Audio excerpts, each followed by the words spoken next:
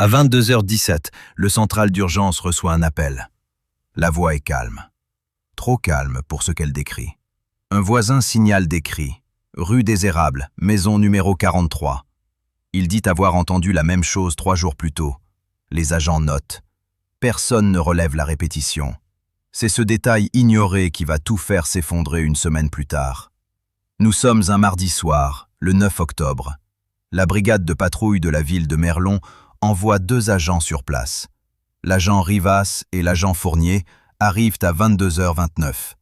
La bodycam de Rivas s'allume dans l'allée. La maison paraît calme. Les lumières du salon sont allumées.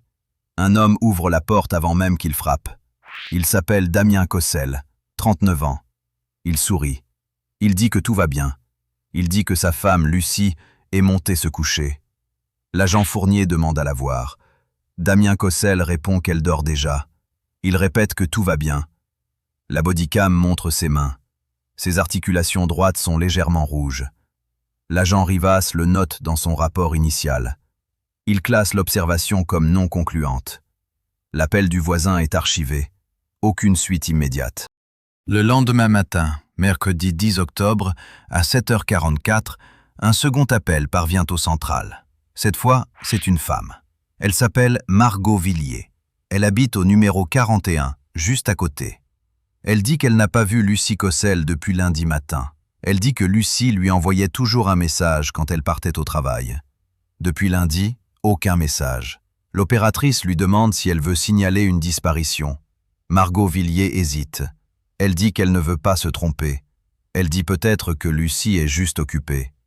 L'appel se termine sans signalement officiel. Mais Margot Villiers rappelle à 9h19. Cette fois, elle ne demande plus. Elle affirme. Elle dit que le chien de Lucie aboie depuis hier soir sans arrêt. Elle dit que Lucie n'aurait jamais laissé son chien dans cet état. Un second appel de la même personne en moins de 2 heures déclenche automatiquement un rapport de suivi selon la procédure locale. L'agent Fournier retourne rue des Érables à 10h52. Damien Cossel n'est pas là. Sa voiture n'est pas dans l'allée. La porte est fermée à clé. Le chien aboie à l'intérieur. Fournier frappe. Aucune réponse. Il repart. Il note l'absence dans le rapport. Ce même mercredi soir, à 18h30, Damien Cossel se présente lui-même au commissariat. Il dit que sa femme est partie. Il dit qu'elle l'a quitté lundi soir. Il dit qu'elle a pris une valise et qu'elle est sortie sans un mot. Il dit qu'il ne sait pas où elle est allée. Il dépose une déclaration écrite. Il semble coopératif. Il semble triste. L'inspecteur Berthaud prend la déposition. Il note que Cossel est calme, précis dans ses dates et qu'il répond à chaque question sans délai. Berthaud classe le dossier en fugue volontaire de conjoint adulte. Mais la voisine Margot Villiers a déjà fourni un élément que Berthaud n'a pas encore croisé avec la déclaration de Cossel. Lucie Cossel avait un rendez-vous médical lundi après-midi. Elle l'avait confirmé par message à Margot le dimanche soir. Elle ne s'est jamais présentée à ce rendez-vous. Jeudi 11 octobre, la brigade criminelle est saisie à titre préventif. L'inspectrice Noémie Causse prend le dossier à 14h. Elle commence par les téléphones. Les relevés de la ligne de Lucie Cossel montrent une dernière activité lundi à 19h02. Un message envoyé à une collègue. Le message dit simplement qu'elle rappellera demain. Depuis ce message, le téléphone de Lucie n'a plus émis ni reçu aucun signal. Aucun appel, aucun texto, aucune connexion réseau. Le téléphone s'est éteint. Ou il a été éteint. L'inspectrice Causse demande les relevés du téléphone de Damien Cossel pour la même période. Son téléphone, lui, a été actif sans interruption depuis lundi soir. Il a passé un appel à 20h43.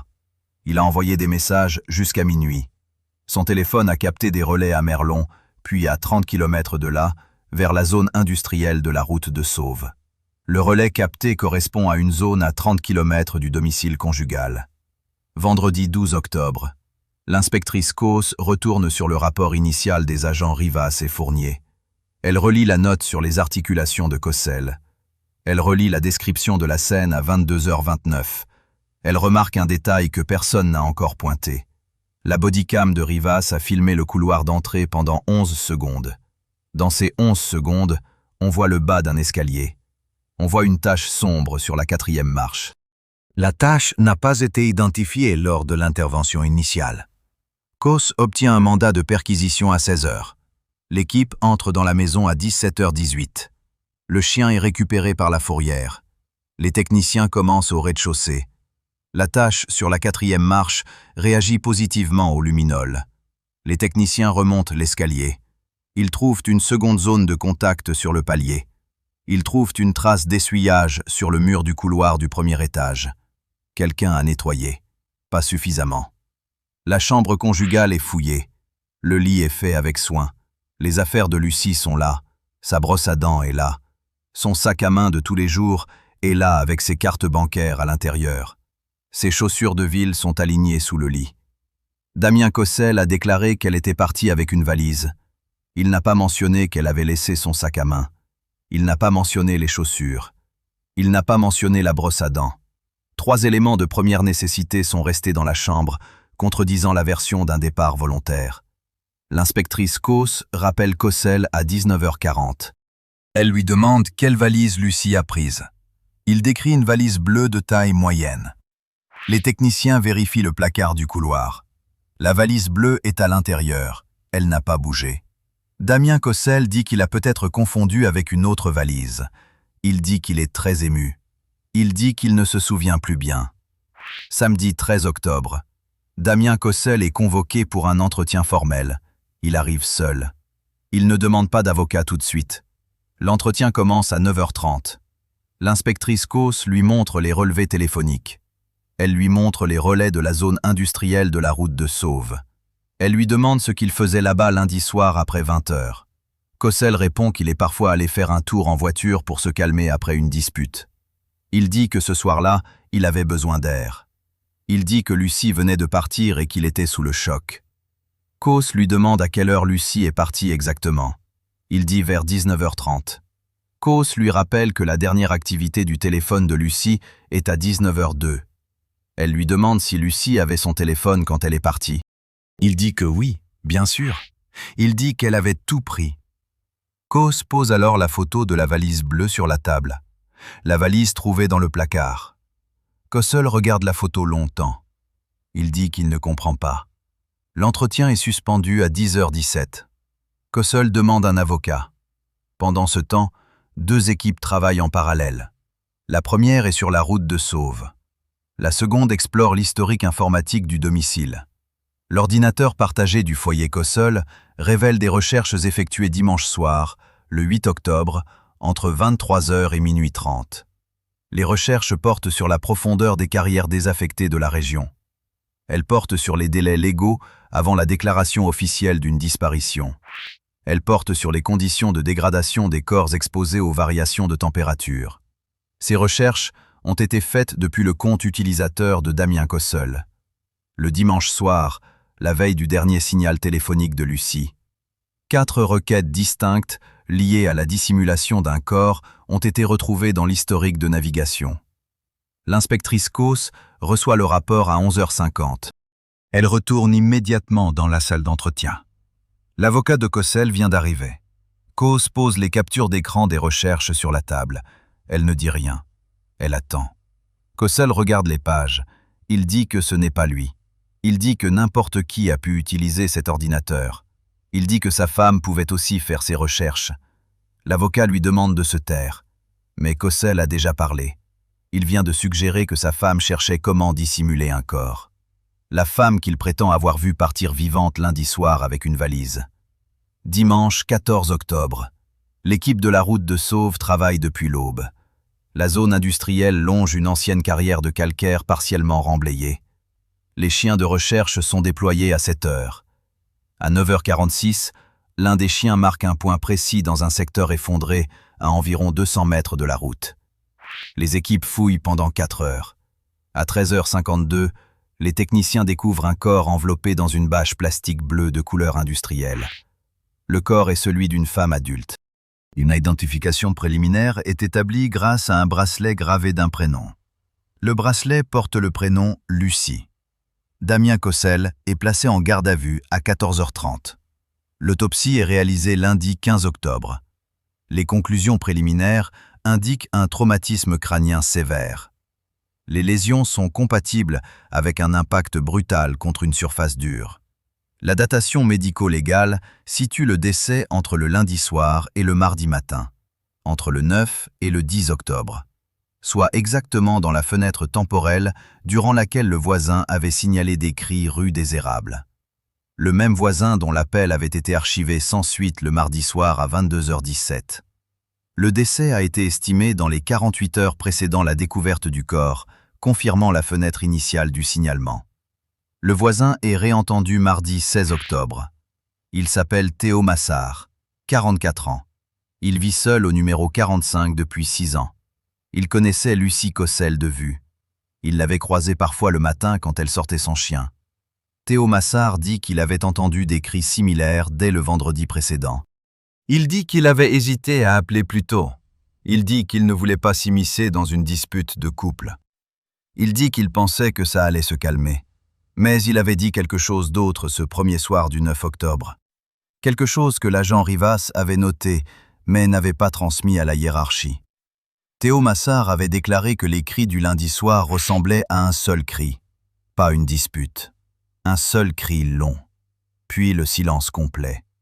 L'agent Rivas avait coché la case « dispute familiale » sans relever la distinction entre une dispute et un seul cri isolé, suivi d'un silence total.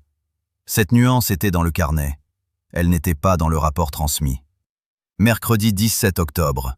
L'enquête examine maintenant l'historique des interventions au 43 rue des Érables. Les archives de la brigade locale remontent sur 18 mois. 3 appels pour troubles à l'ordre public ont été enregistrés à cette adresse en 18 mois. Premier appel, 12 mars de l'année précédente. Dispute audible, aucune suite. Deuxième appel, 21 juin. Bruit sourd et cris.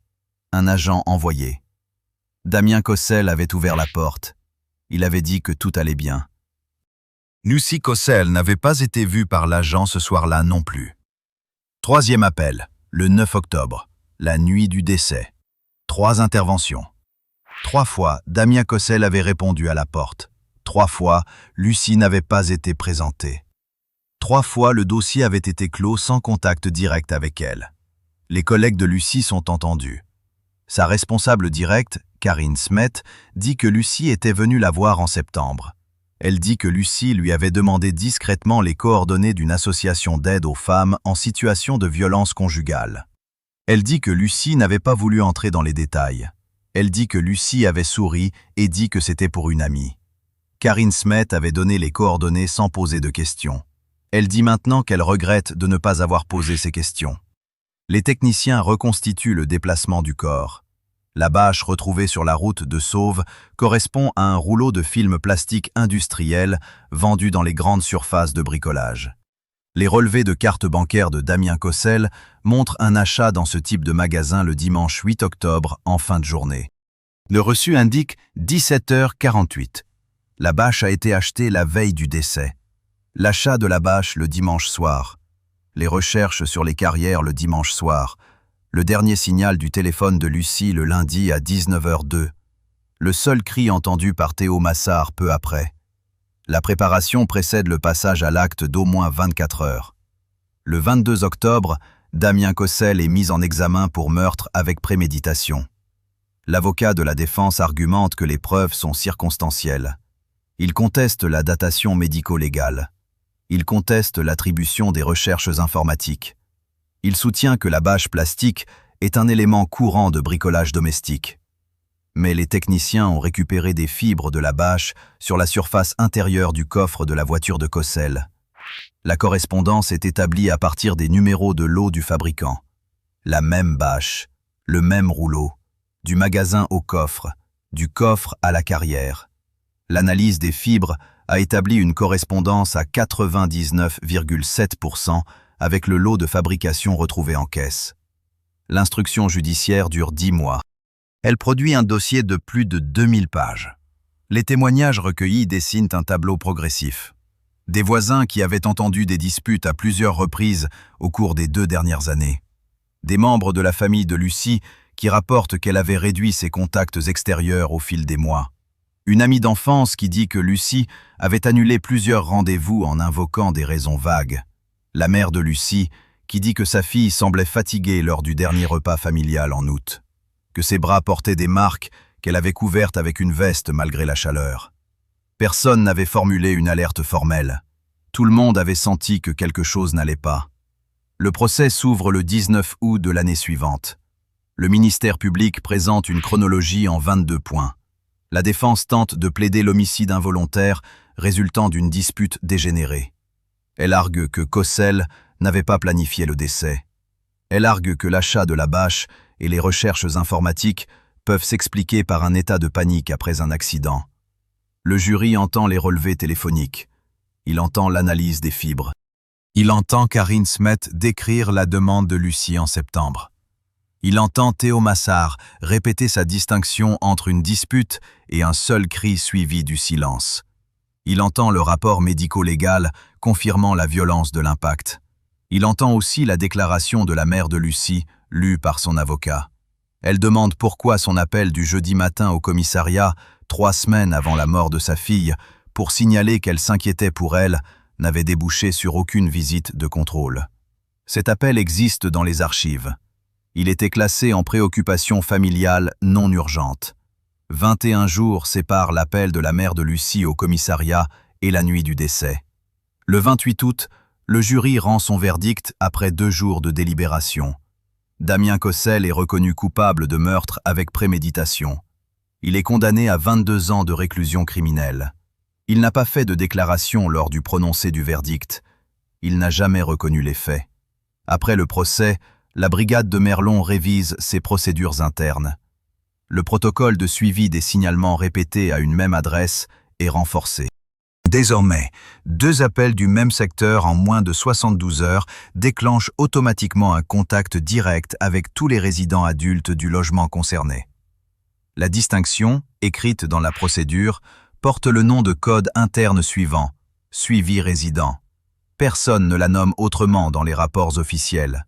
Mais dans les couloirs de la brigade, les agents qui ont travaillé sur ce dossier savent d'où elle vient.